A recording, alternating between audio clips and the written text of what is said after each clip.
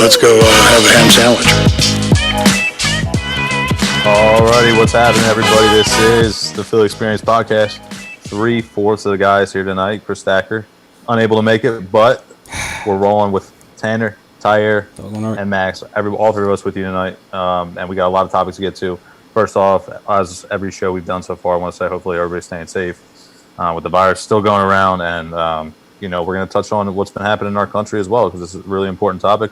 I know we say every show we're a sports show, but again, we'll touch on what's been happening around the country over the last few weeks. And we're going to roll tonight with some baseball talk. Still no agreement's been connected here. I mean, there's no agreement. Both sides throwing proposals back and forth. Players are saying no. GMs, owners, they're saying no. And it's just been a roller coaster of a rise from the baseball world lately. We want to bring up Colin Kaepernick. Will he get a job again in the NFL, or is there just smoke and mirrors being thrown right now? There's rumors going around he will come back. Pete Carroll, for the Seahawks coach, said, I wish I gave him a shot earlier a few years back. Yeah, he didn't, obviously, and I want to touch on. We're going to touch on Brandon Brooks as well and his injury and how it's going to impact the Eagles this upcoming season, and a little NBA talk, and also we're going to touch on our top 10 running backs ranked in order, and get our opinions on who we think is the best back in the league when it's all said and done. So tonight, guys, I'm going to ask you guys straight off the bat here. We're going to topic number one. That's Colin Kaepernick's situation. Look, this guy went to the Super Bowl. He was great in the past, right? Threw for, how many? I'm out off the top of my head. I don't know how many 1,000-yard or 4,000. Did he ever have a 4,000-yard season? I did some Tanner work. Before the show. See, because I was going to say I didn't want to throw it out there if it's not true. So, but I know this guy has been a stud through the air and on the ground. And now, obviously, over the past few years, voicing his frustration, kneeling during the national anthem. And now, people are starting to turn heads. There's rumors going around. He's coming back. What do you guys think? So to answer your question, I did some Tanner work before the show. He's never had a 4,000-yard throwing year. Never have. So here's the thing about Colin Kaepernick, and here's the thing that's interesting. That's not a bad thing. No. That's not a bad thing. No. It's not a bad thing. That's Drew Brees, Tom Brady territory. But right. I understand what you're saying. Right. It's not a bad thing, but So let me bring up some of these career stats first off. So he's thrown 12,271 total yards over the course of his career. Has a 59.8 completion percentage, which is borderline average. 72 touchdowns and 30 interceptions. Now, do I think that the NFL has blackballed him, for lack of a better term? Yes, I do believe that they have, with what he stood for, and we discussed that last week. However, I will say this as well.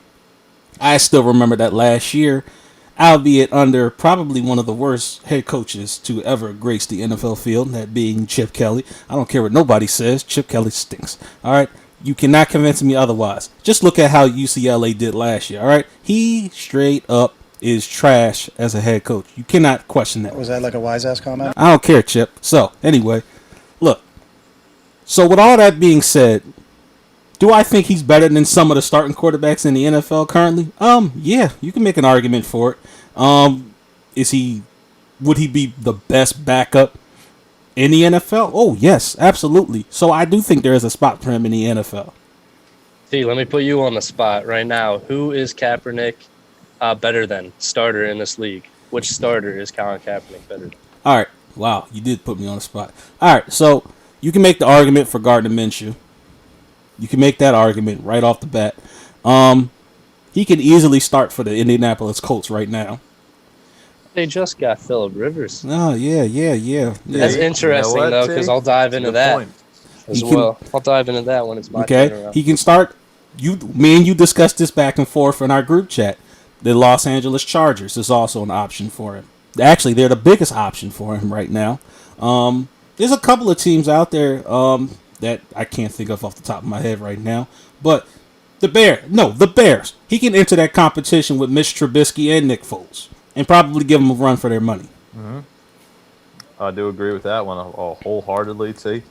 And I think it remains to be seen here if he will get an opportunity. I mean, listen, we're talking starter here in this conversation, and we're not even bringing up the backup situation. I mean, this guy could be the backup quarterback for what every team you can argue in this league, which is pretty crazy to think about. Yeah. Mm-hmm. Well, we got to be realistic here. As far as him being a starter, there's always a possibility, but him not having played in an NFL game a couple years, I'm not sure if he's training at an NFL quarterback level right now, currently. Right. Good point. But I do think he deserves a chance. That's not out to me. He deserves a chance to return and at least show us what he's still got left. But I did see something on the internet that linked the Eagles to Colin Kaepernick, and as far as that goes, I'm not in agreement with that. That just wouldn't make sense to me after drafting Jalen Hurts, which was already a surprise. What? And the quarterback depth that we have already on this team, it just wouldn't make sense to get Colin Kaepernick if this guy wants a chance to start in the NFL. I don't think the Eagles would be a team that he would choose to go to. No. However, if he's going to take any chance he gets to be on the field, so it's really up to him. However, T did mention the Chargers, and that's one team that I really thought of right away to be a good fit for him because recently they lost Philip Rivers. T mentioned the Colts. Philip Rivers is now the new quarterback for the Colts. And they did draft Herbert back 6th overall. Herbert, who, in my opinion, I think that was early for him to be drafted. Very early. There's a few other quarterbacks that I believe that are better than him. But Justin Herbert, I don't think he's going to start right away. But who knows? It's the Chargers. They're a new team. They got one of the best wide receivers in the league. And who knows what they'll do with that. But then I started looking into more of the depth of the Chargers at quarterback. And they do have Tyrod Taylor, who easily could be a starting quarterback still. We saw it with the Browns until he got, I believe it was a concussion. Yes. For which Baker Mayfield took over then, and then he was traded, or I think he was a free agent, and the Chargers picked him up. And then they have a familiar name in East Stick. The Chargers drafted him a pick before us a couple drafts ago. Teammates of Carson Wentz, I believe. Yes. Now, Tyrod Taylor would give Colin Kaepernick some competition, but I do think Colin Kaepernick would get the bubble above Justin Herbert. And we would see how he would do in preseason. At least Kaepernick would be competing for the second spot in the NFL, or in the quarterback position. But we know in the NFL how injuries happen, and Colin Kaepernick could be a starter week 5 for all we know for the Chargers. Another team could be the Steelers. They have an aging Ben Roethlisberger. He's 38 years old. That's not the oldest we've seen. Obviously, Tom Brady's out there, and Drew Brees and other quarterbacks. Correct. But Ben Roethlisberger is getting over an elbow injury. He just doesn't look the same. He does look aging, unlike Tom Brady. But Ben Roethlisberger, it could possibly be his last season in the NFL as a player. And over the past season, we've seen that the quarterback depth on the team is just not reliable with Duck Hodges and Mason Rudolph. No. It was a carousel the entire year. Neither quarterback seems to be taken over as QB1 anytime soon. And Cap could go in there behind Ben Roethlisberger, could learn a few more things, and knock off the dust. He'd start in preseason. If there's even a preseason, this might affect everything. If there's no preseason, we won't be able to tell how players are going to play. It's all a mess. But Colin Kaepernick could go into this season as a QB2 And then if the Steelers want to keep him around, he could be, if they like what they saw, he could be QB1 for the Steelers next season. I'm going to mention one more team before you get started, Max. And this is going to come as a surprise to a couple of people. But with the situation that's going on currently now, I also wouldn't be surprised if the Dallas Cowboys kick the tires either.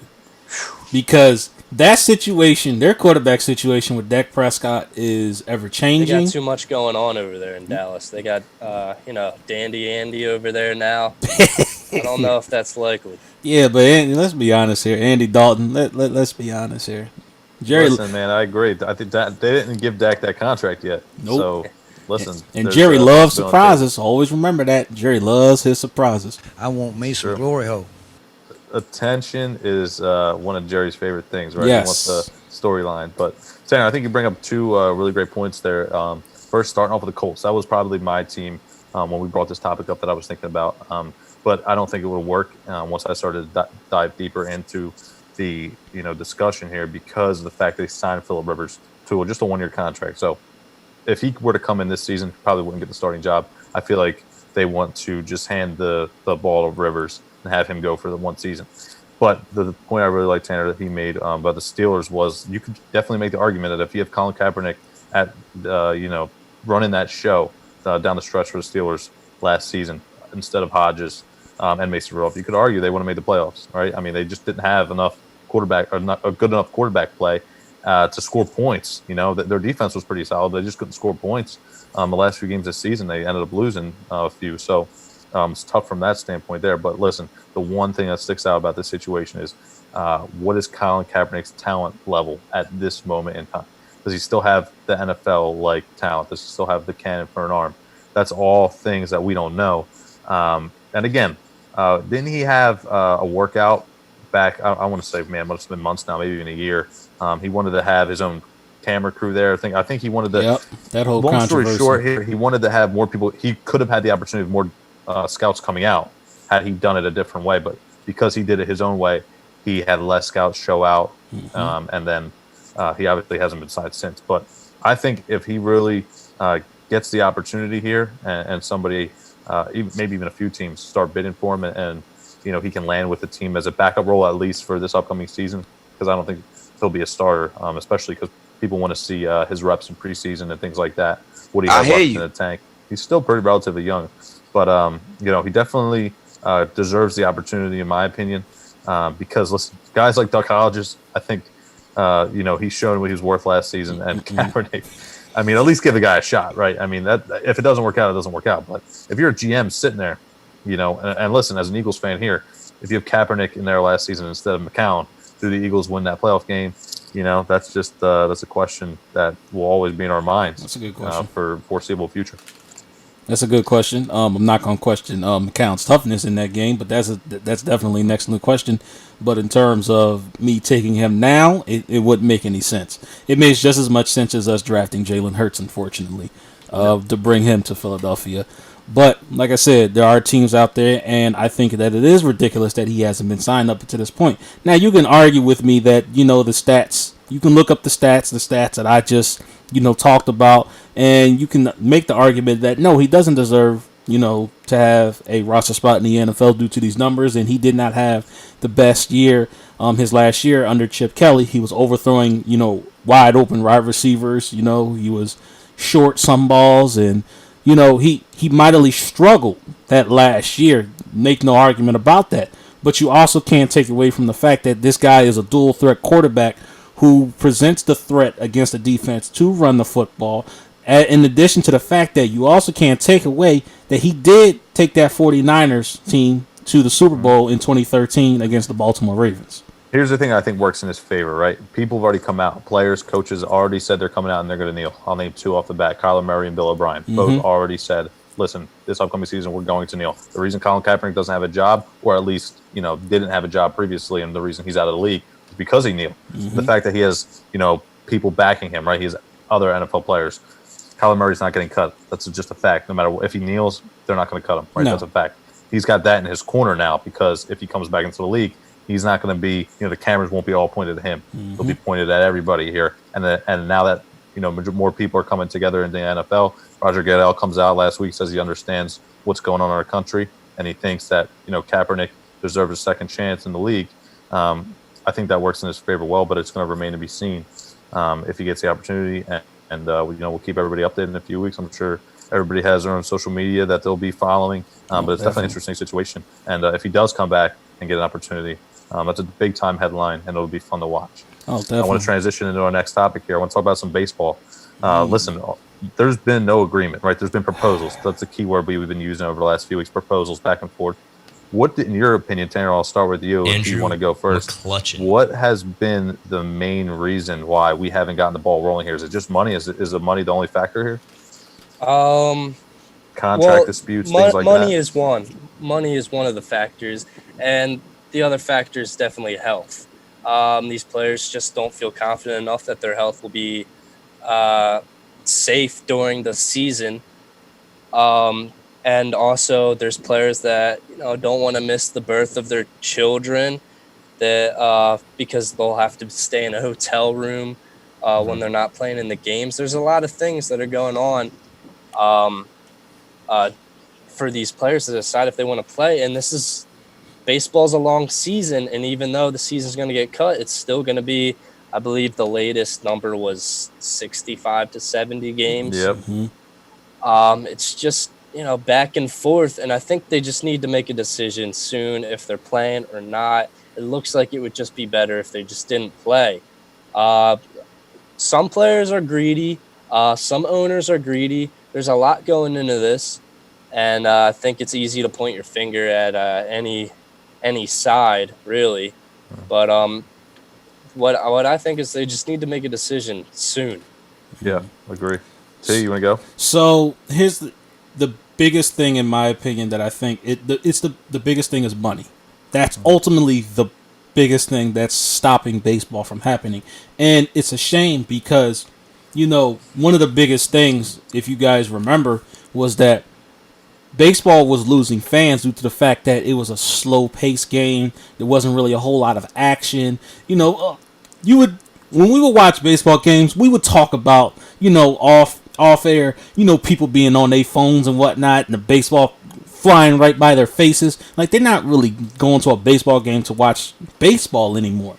So the interest of the sport is already going down as is. With the pandemic happening and the baseball owners and the players not being able to come to an agreement, it really doesn't help the game of baseball at all. It just makes matters that much more worse. We always talk about, the four major sports being football, basketball, baseball, and hockey.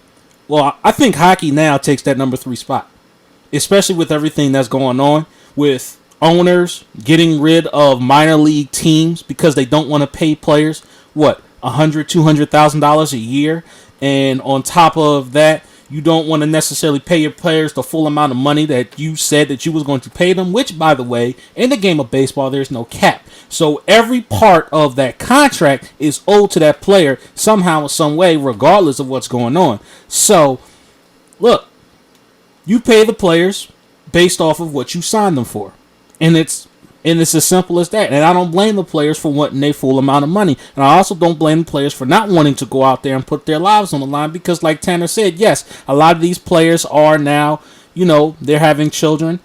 They're going to come back with weak backs, but that's besides the point. We ain't talked about that right now. You're always on your back. All I'm going to say is this. I agree with the players. I agree with the players that, their safety is at risk, outside of the fact that, they have young families and they're going to be separated from their families for a certain amount of time. But their safety is on the line every single time they go out there and they're next to their teammates or they're next to somebody else. Even if you do keep them in a secluded bubble like they talked about in Las Vegas. And that's another thing, too. Who wants to be trapped in one spot for a long period of time? And that's the only place you can go. You can't go no place else. You can't travel nowhere. Really is. They're playing the sport that they love and they're getting paid for it. That's true. They are playing the sport that they love and that they're getting paid for. But at the same time, you also have to think about, you're a family person. You're right. You're a human being. You have a family that you want to see, that you want to nurture, and that you want to protect. Right. So I completely understand. But it's a shame that the owners aren't in any kind of way trying to help the players out. That's the part that irritates me the most about this entire thing. The owners have refuse to move from their stance. And it's like, you guys are sitting on millions and millions of dollars. You've basically destroyed a lot of young careers that didn't even get off the ground based off of your greediness. So I don't feel sorry for the owners. And it's a shame that the owners, I think, are going to destroy the game of baseball. So you make all great points, and I do agree with you off the bat. Money is the biggest issue, in my opinion. The players, when they sign the contract, and this is what they have in their favor, right? When they sign the contract, all the money is fully guaranteed in baseball. Football's a different story. You can be cut at any time, right? So I understand where the players are coming from. They sign the contract. They deserve to get fully paid. The problem is they can't decide on the games amount as far as how many games are going to be played in the season. I think the players want more games. They want to play, I think, 80, basically as many as they can. Mm-hmm. The owners, I understand what their point is. They're not playing a full 162. Why am I paying this guy a full season worth when he's only playing half a season? But the contract is guaranteed. Here. Yep. Here's the bottom line, though. The owners are billionaires. The players are millionaires. The owners are the ones paying the players. So the owners are always going to win in every situation. But what the players can do is basically they just won't play. Obviously, as baseball fans, we all want to see, baseball play. At least I do. And listen, we got guys coming out. Ronald Acuna Jr. and Bryce Harper, just to name two right off the bat. They already said we'll play wherever, and we just want to play. That's the bottom line for them. So it's just a frustrating situation going back and forth. And yeah, listen, T, like you said, the owners are ruining the game here because one, baseball's losing money every day. Yep. But it's every business is. People are in it to make money. Mm-hmm. And the longer this goes on, we're almost into July almost now. And, the longer this drags out, the more likely there won't be baseball played this year. For me, baseball being my number one favorite sport, it sucks. No one wants to see this happen. Not that the Phillies, and listen, we know the Phillies, they're probably not one of the better teams in the league, but just to see them out there and competing, we're going to miss it this season. And Tanner, I do agree. The longer this goes on, and as of right now, if I had to guess, we probably won't have a baseball season just because they can't come to terms. And I think that the longer it drags out, we probably won't see baseball played this year. I just think they have to come to some sort of agreement, whether that be, okay, we'll pay you the full salary from an owner standpoint. We'll pay the players the full salary, but what do the owners get in return? That has to be, managed out there. And from a player standpoint, listen, we won't take full pay, but they need something in return. It's really tough in money at this point, especially given the fact that we have the pandemic going around right now. Money could be an important factor, even with all the money these players already have. So we know it's hard. It could be a big deciding factor in what's to come down the road. I want to transition now to the next topic here. Well, hold on before you do that. Sorry, I just want to go more in depth. And it's something that not a lot of people are talking about is that the Astros received a suspension, the GM and the coach, and this is still going to be counting. This is still counted. If there's no season, their suspension still counts. And that's just crazy to me that they can go ahead and play next season just like everyone else. Really? They're not playing just like anyone else. So basically everyone's suspended and their punishment will be it'll be served. Yeah, do you think this punishment now, I know we both agree that that shouldn't be the ruling. There should be a different ruling and guideline involved. Now, listen, when the players and owners can't come to an agreement here in this situation, there's no written rules and regulations where it's like, okay, this is what happens if a pandemic happens. That's just the fact of the matter. There isn't any writing in the contract that says it. Yeah, you can't predict anything like this. Exactly. But from the Astros standpoint now, like, I know the players, were a part of this too. It wasn't just the GM, it wasn't just the manager, but the players didn't get punished. Do you think that, there'll be a change of heart as far as, okay, if there's no season, will this manager, AJ Hinch for the Astros, still be back? Like, because in my opinion, if you cheat that badly and you willingly do it and knowingly do it, you shouldn't just come back after one season. You should probably be out of the league longer. There's no punishment. Exactly. I mean, you should probably be out of there. You could argue your whole career. I mean, how are you just going to willingly treat? The fact on top of that, they won the World Series. I mean, it wasn't like they were a horrible team. There's a lot of players that have done less and have been, kicked out of the league entirely. Yep. I just think there needs to be some other way. This needs to be figured out. Now the draft came around and they didn't have their draft pick. Right. And that was a little bit of a punishment, but how big of a punishment would it be? Because let's be honest here, not saying that the draft picks are all, they all, work out, which sometimes they do, sometimes they don't. But in baseball, draft picks really aren't that big of a deal as compared to the NFL At least and not NBA. In the beginning. Right, exactly. Down the road, years. Exactly. It farm takes system is important. Exactly. It takes years for that player to develop, so you're really not going to feel the impact of a draft pick missing until years down the line. We're talking about, the Astros not receiving any kind of punishment, even during this pandemic. Like, that's absolutely ridiculous. Sorry to cut you off, but the funny thing is, yeah, we want the farm systems. As far as I'm talking from a team standpoint, they would want the farm systems because they want younger talent. The problem is that doesn't really hurt the Astros, because they have young players already, and not just one or two. They have Springer, Altuve, Bregman, Correa. Those guys are all young and still upcoming, so it's not really going to hurt them for years to come. By that point, when these guys, as far as Altuve and the players go, when they're 30, 31, 32, by that point the punishment will be gone and they get the draft. Bunch of low life, and the cycle starts all over again. Yeah, this affects a lot of different things. Like, will Mookie Betts even play on the Dodgers? Mm. JT Realmuto's contract is up after this season. Yes, it is.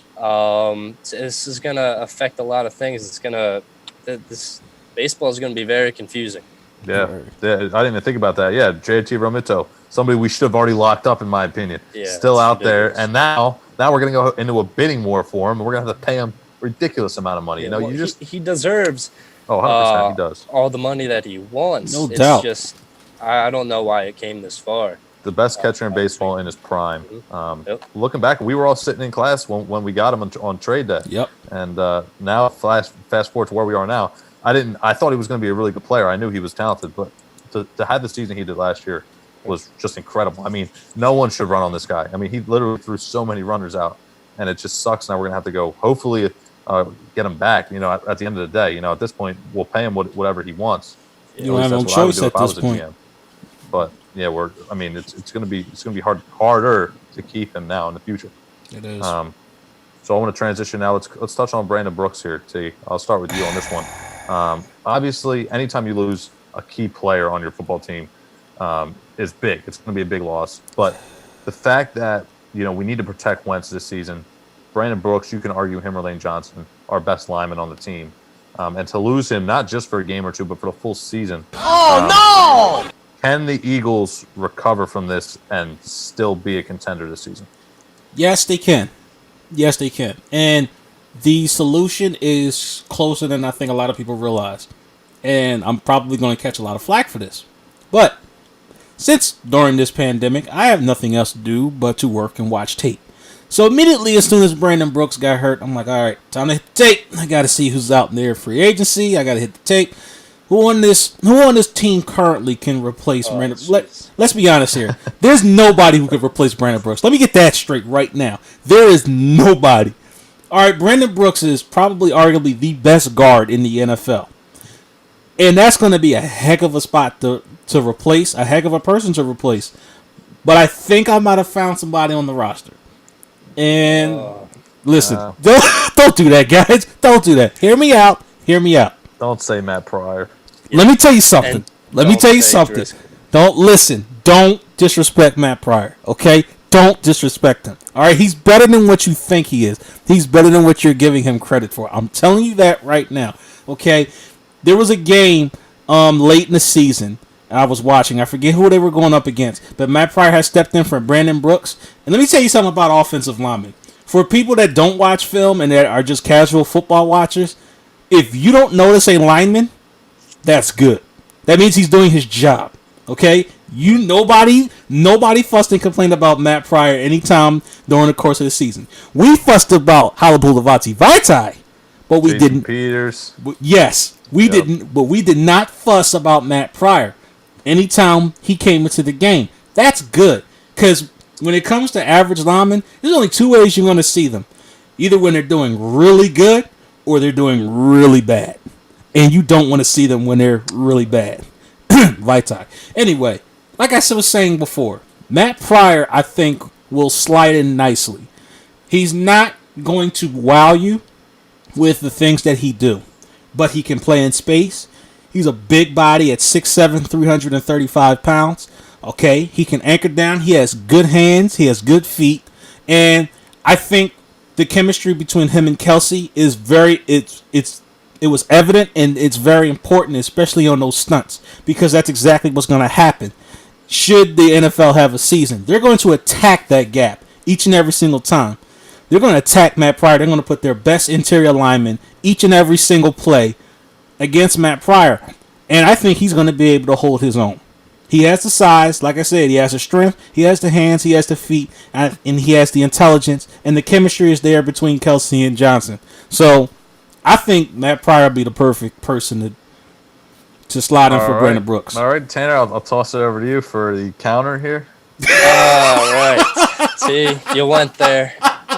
Oh, come on. There. Oh, come on. I won't completely disagree with you because I don't want to be proven wrong this season or so. But aside from internal options like Matt Pryor, whom I don't think will successfly take over for Brandon Brooks, and I'll be happy if I'm wrong, like I said. Of course. There's also Jack Driscoll. He's a rookie who he's missing all the training and the practices that he needs. And that's a big for his switch over to the NFL, so he's not an option.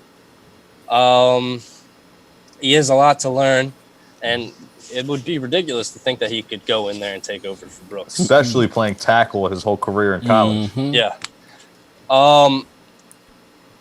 An option that I saw in free agency, I saw a little bit talk of it, but not as much as I would expect from seeing what happened, is Larry Warford, from the Saints.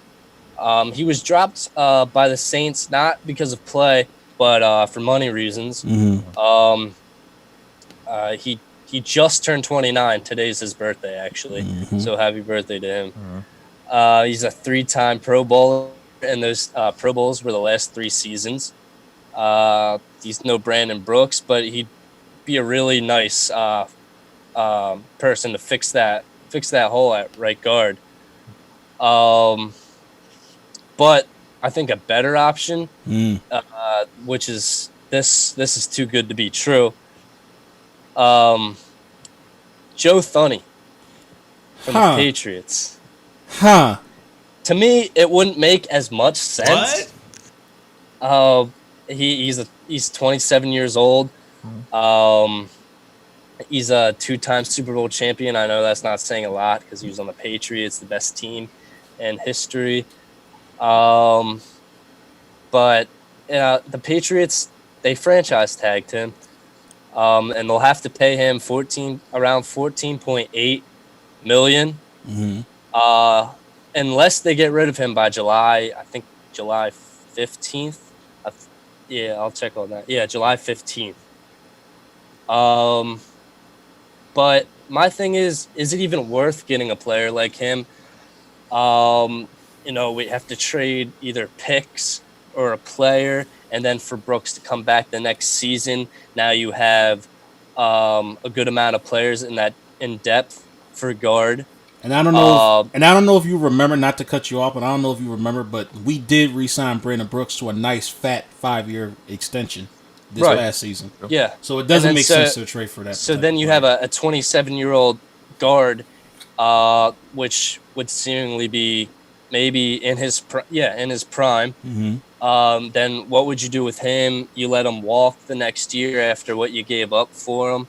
So I think the more reasonable option would be Larry Warford. He's a free agent right now, and I think pull the trigger on him, have him come in, fill in. He'd go right in there and start right away, fill in for Brooks. And this Brooks injury is just it hurts us. It hurt my stomach when I saw that. Brandon Brooks, a player who he got injured against the Saints in the playoffs a couple of years ago. He had anxiety problems. Right. Last year, which is something that he's working on. I watched Hard Knocks, and that really went into in depth of what he's dealing with. He's a good guy. He's a great player. Pro Bowl guard. It's really going to hurt our team moving forward, especially considering we have a second-year running back and fragile Carson Wentz back in there. Mm-hmm. Tanner, I agree with what you're saying here. I think Larry Warford would be a good addition to this team. Man, that's ludicrous. With what's happening right now, just unique guys with the pandemic. Like I said, I would love to see Matt Pryor step up. Without paying a dime for Warford and then letting Pryor take over. But again, right now when you can't train with a team, you need that chemistry, right? I don't know if you can just plug Matt Pryor in there, not having work. It's going to be a shortened preseason probably coming into to counter. Okay, to counter what you're saying. To counter what you're saying. Okay, you guys are talking about bringing in an outside guard, Larry Warford, and the difference between Warford and Matt Pryor is you just talked about it. It's chemistry. The thing about it is Matt Pryor's been working with those guys. He knows the system. He knows the plays. He knows where he's supposed to be. He knows what his assignment is on each and every single play. The difference is when you bring in an outside player, especially during times like this, it makes it, first off, it's already difficult to have to learn a new system. Yeah. Regardless of in a normal offseason. This is an abnormal offseason. This is abnormal times that we're living in. You're talking about bringing in, don't get me wrong, the guards you're suggesting are excellent guards. By no stretch of the imagination am I arguing that. But in this situation, it's best to look internally within the locker room. That's all I'm saying. I definitely chemistry-wise, and Tanner definitely made good points too. Warford only being 29 years old, he is going to command a little bit of money, but we have money on at least. I'm not saying we have the most cap space in the league, but we definitely have enough cap space, I believe. Let's do something. Give him to do something to add a player and plug him in at the left guard or right guard. Excuse me, Brandon Brooks, right guard, but. Another option I want to add real quick, Tanner, I'll let you add on, is do we bring back Jason Peters? I knew exactly what I was going to bring up next. Do we bring back Jason Peters? I brought up Jack Driscoll, a tackle. Quit yucking my yum! And that was unlikely to me, and I feel like Jason Peters would be even more unlikely to fill up that We know it's hard. I don't think you go from playing, left tackle for 13 years in the league, and all of a sudden you're playing right guard. It's just too much moving around.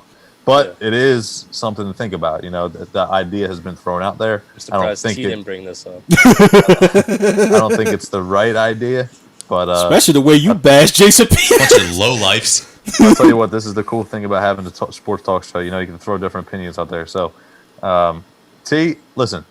Pryor stepping in at right tackle, and then you have at right guard, and you have Sayamalu at left guard, and then you have a question mark with Andre Dillard at left tackle.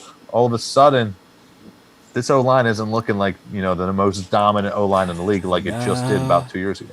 You're strongly relying on Andre Dillard's development and his ability to be able to man that left tackle position.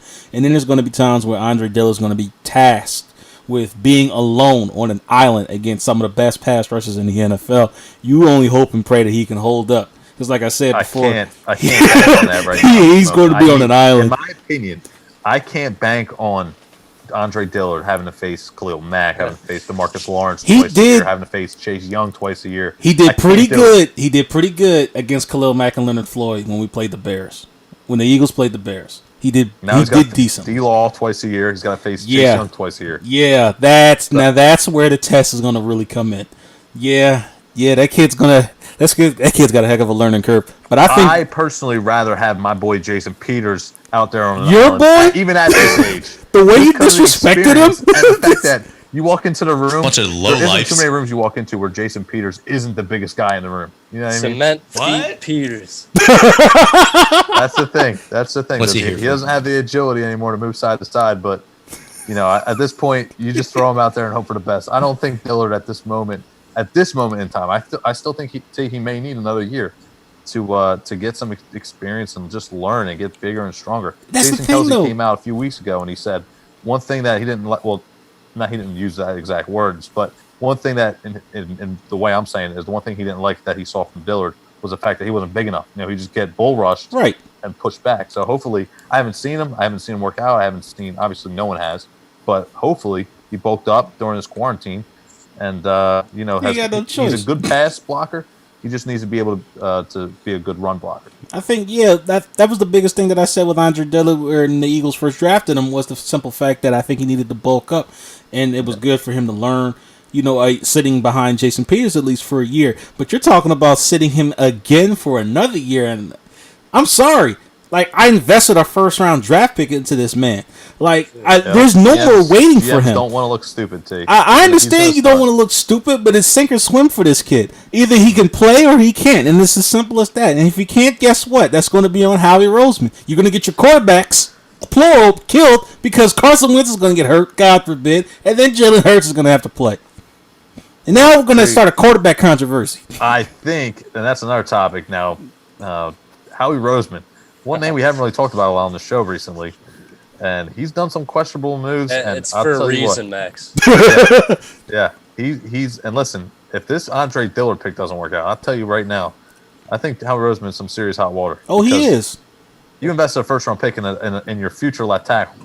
I mean, there was talent on that board in that first round back a couple drafts ago. I'll tell you what'll save Howie Roseman is this is recent news, but Jamal Adams wants out of New York, and if Howie's somehow figured out a way to get Jamal Adams over here, that'd benefit us because Jalen Mills switching over to safety, not being able to have the practice and the training that he needs to switch over to a different position.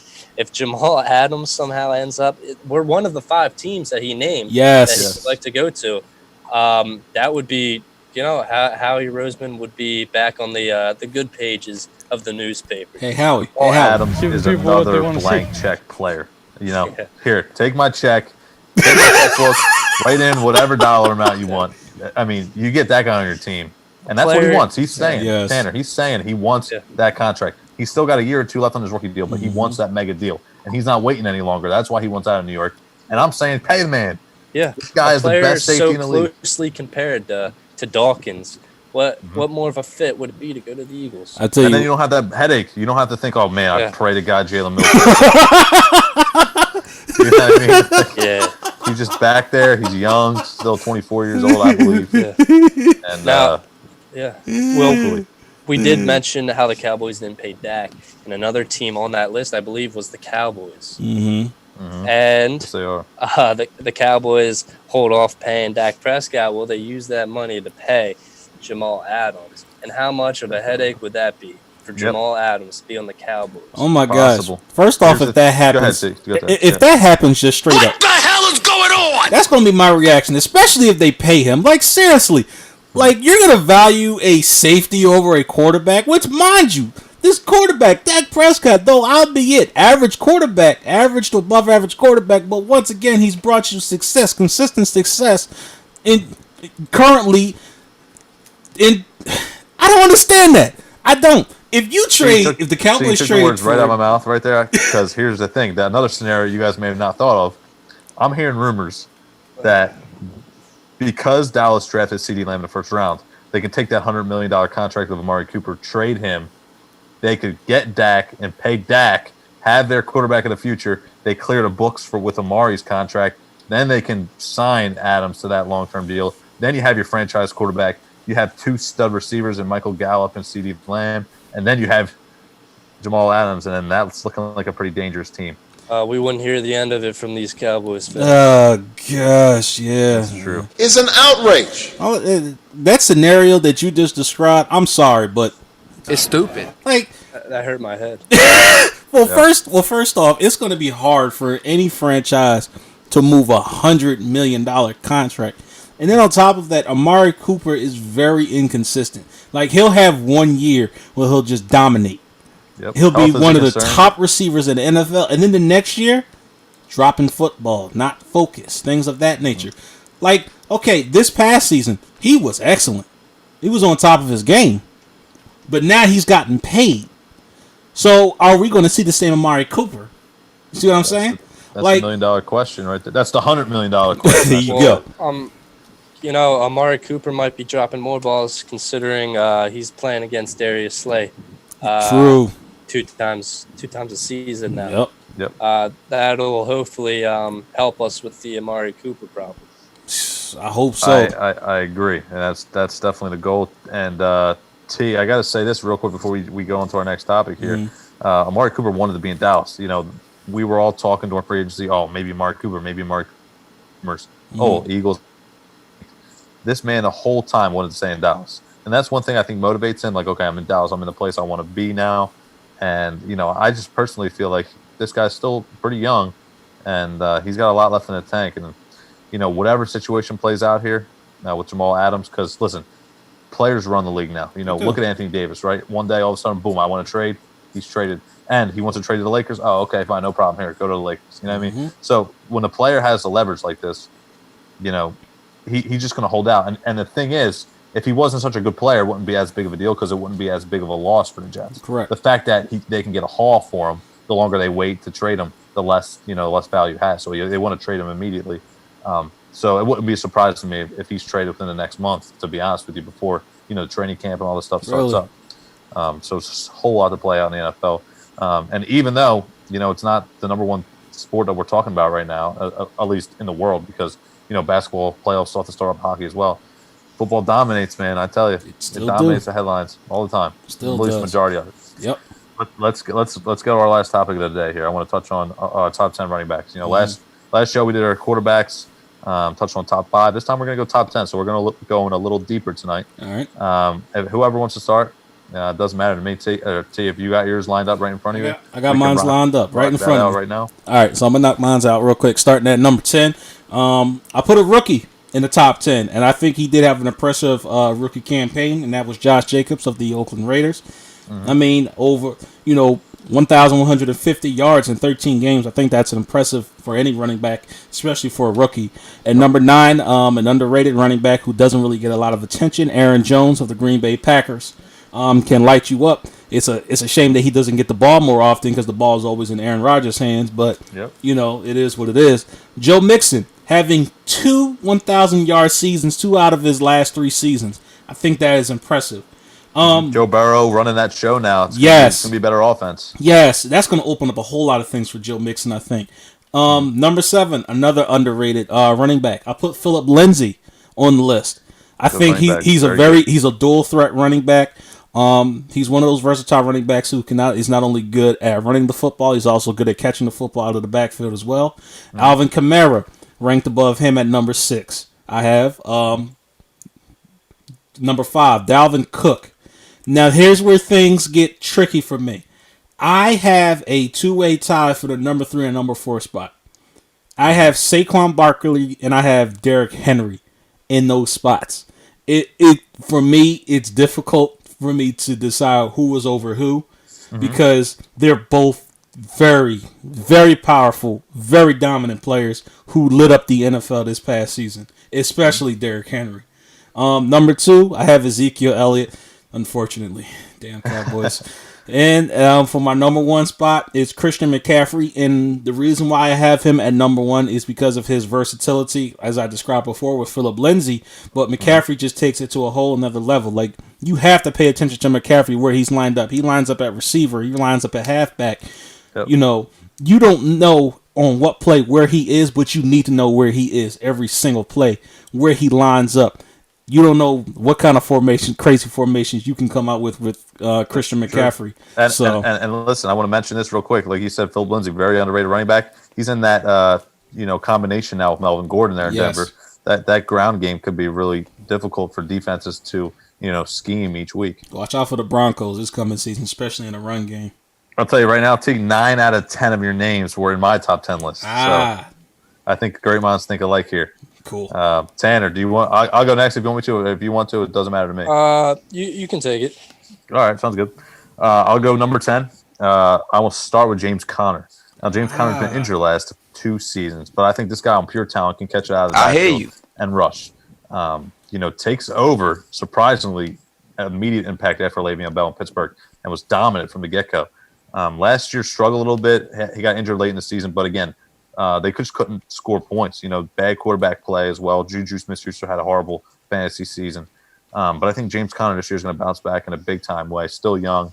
And I think him coming in at number 10 on this list, people don't name him with one of the better running backs in the league, but I do think he's a top 10 running back. Number 9, Josh Jacobs. Mm-hmm. See, just like you said, man, this guy's still, I think, 22, 23 years old. I mean, one of the younger running backs in the league, but man, this guy's got a bright future ahead of him. And the Raiders possibly do as well, getting Henry Ruggs.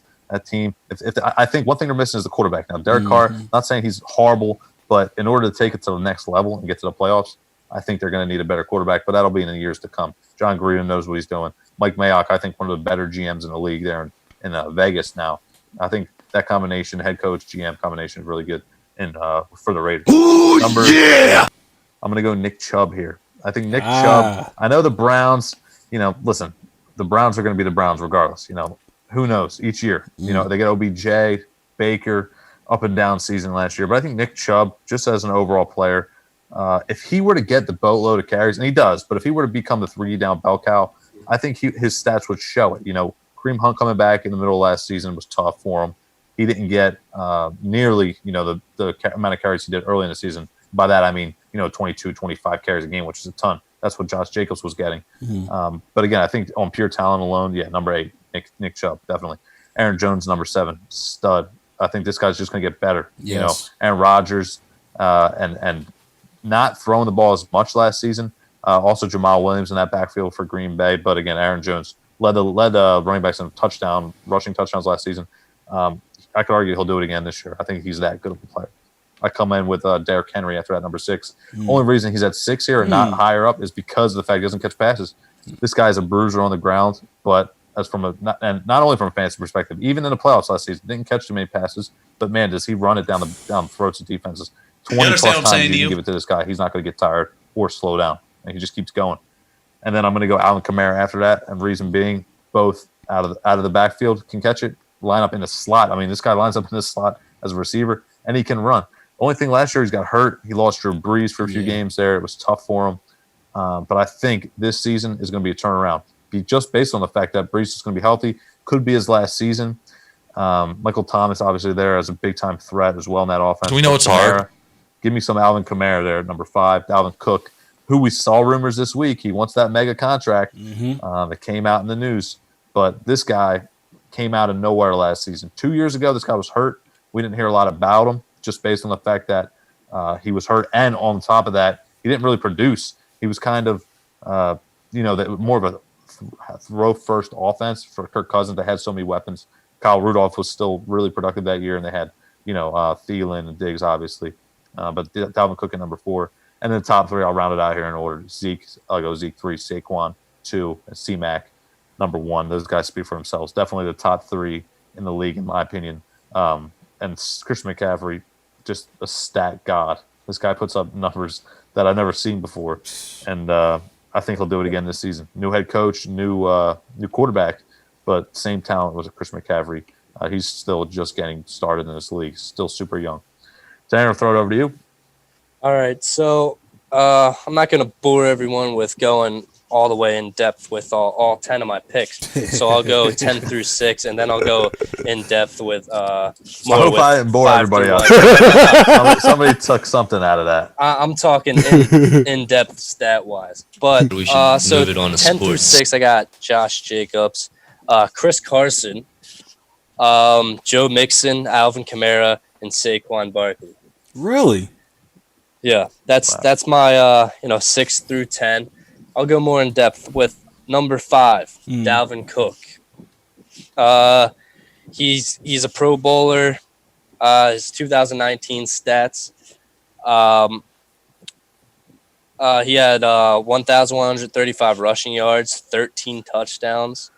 He caught for 519 yards. He's 24 years old. These players, the 5 of these players are all in their prime, and they're looking to have a great career in the NFL. Above Dalvin Cook, at number 4, I have Nick Chubb. Really? Max went into it, how great he played. It's ridiculous. Although he'll have Kareem Hunt there taking some of the load. which we're still not sure if Kareem Hunt's going to play the way he was playing for the Chiefs. He can't because he has competition like Nick Chubb. Right. Nick Chubb's a Pro Bowl. He was Pro Bowler this year. He has 1,494 rushing yards, 8 touchdowns. He didn't have as many receiving yards as Dalvin Cook. He had 278, and he's a player that I think if he catches the ball more, he'll be an explosive player. This is his second year in the NFL, and he was just 4 yards short of 1,000 his first season. He's looking to be a premium running back in the league, and I'm very excited to see where it takes him in his career. And then at number 3, I have Zeke. He's a 3-time Pro Bowler, 1-time All-Pro. He had 1,357 rushing yards. Kind of circumcising the mosquito. And he had 420 receiving yards. See, you coming out of nowhere with those, I tell you. Coming out of nowhere with. At number 2, I have big dog Derrick Henry. This guy's a beast, as Max said. Mm-hmm. He was the rushing leader this past season, which is also his first season as a Pro Bowler. He had 1,540 rushing yards, 16 touchdowns. He caught 206 receiving yards and 2 touchdowns. And then, which we're all in agreement here, at number 1, I have Christian McCaffrey. He's a Pro Bowler, first team All-Pro, which was all this year. His first Pro Bowl was this year. 1,387 rushing yards. He didn't have as much as Derrick Henry. And he had 15 rushing touchdowns, and he's a receiver too. I mean, he had the second most receptions in the entire league. Just under Michael Thomas. Yeah. He caught 4 touchdowns. He's just explosive player. One of the best that we've seen in a recent while. memory. I hear you. Yeah, I agree, 100%. since I remember. Yeah, definitely. But one player I do want to mention, which I don't think he's a top 10 running back, but a player that I'm surprised with how he's still producing is Adrian Peterson, who was once one of the best players in the league, and now he's on the Redskins. He's in the decline, but he's not really declining. He has mid 800 yards rushing this year. He's still performing at an average level for running backs, and he's 34 years old? Yep. Adrian Peterson. He may be older than that. I don't know how old. I'll have to look it up, but he's still producing, as I mentioned. I just think he's a player to mention. Not top 10, but he's up there. 35. And 35. Okay. Yeah, he was Also, do you think Miles Sanders should be considered? not in the top 10. Maybe 12, top 12. Yeah, maybe if we went to top 15, then I think he would make all of our lists. But the fact that Jordan Howard really got the bulk of the work in the beginning of the season, and then Miles Sanders pretty much picked up the slack the second half of the season.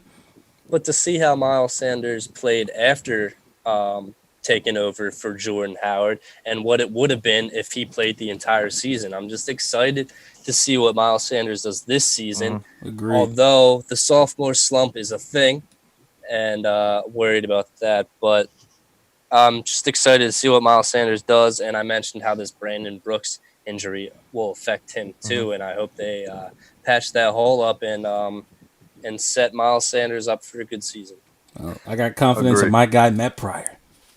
We'll see. I want to add some. I just had some people on this list. I want to mention one name specifically here. Austin Eckler. I think Austin Eckler. Melvin Gordon's not there. I think this guy's going to get a lot of carries. I think he's a really good, talented player, and he's going to show this season as well. Miles Sanders, listen, I think this guy's going to be really talented for years to come. I just know that Doug Peterson, we all know it, he doesn't really have that bell caliber running back. He likes to rotate guys. So I expect to see, Boston Scott involved in a decent amount of games as well in the schemes. But on pure talent alone, Tanner, yeah, I think if we go top 15, yeah, he would probably make all of our lists hands down. I think, especially in the future, listen, we're only going off of one season here, but down the road, yeah, this guy, and again, listen, if he shows out next year and becomes a 1,000-yard rusher, you Doug Peterson, you know what? I know he likes to rotate running backs, but if this guy shows out again and does it for full 16 games, then yeah, give me Miles Sanders, give me the carries and get him out there all 3 downs because he produces regardless. No more Darren Sproles. I want winners. No more Darren Sproles on the 3rd down roll there. So we'll see what happens to you. I want to see you, Tanner, if you have anything else you want to say and add before we get out of here. I know it's 10:03, but give you guys the last words of the show. Nope. You got anything? No news on hockey, really. We're missing Chris this week. He's usually the guy to bring it up. Hockey's the one thing that's like, okay, we're set in stone. Let's go. Hockey's rolling. Missing my guy, Chris. You piece of Swiss cheese. All right, there we go. We get a little Chris to end the show. That's the best way to end it. All right. All right, T. Let's shut it down. All right. You guys missed any of this episode, you can always go to philly-experience.simplecast.com. Available on all major platforms, Apple Podcasts, Google Podcasts, Spotify, YouTube, Pandora, the whole shebang. We're also live on Twitch as well. So check us out. And listen, everybody, as we continue to, say week in and week out, we wish everybody to stay safe. And, listen, let's preach togetherness, please. Let's come together. Come together. Let's put our differences aside. Let's just come together as one people. And wear masks. Wear a mask. Yes, please wear a mask. All right, everybody, stay safe. We'll see you next time.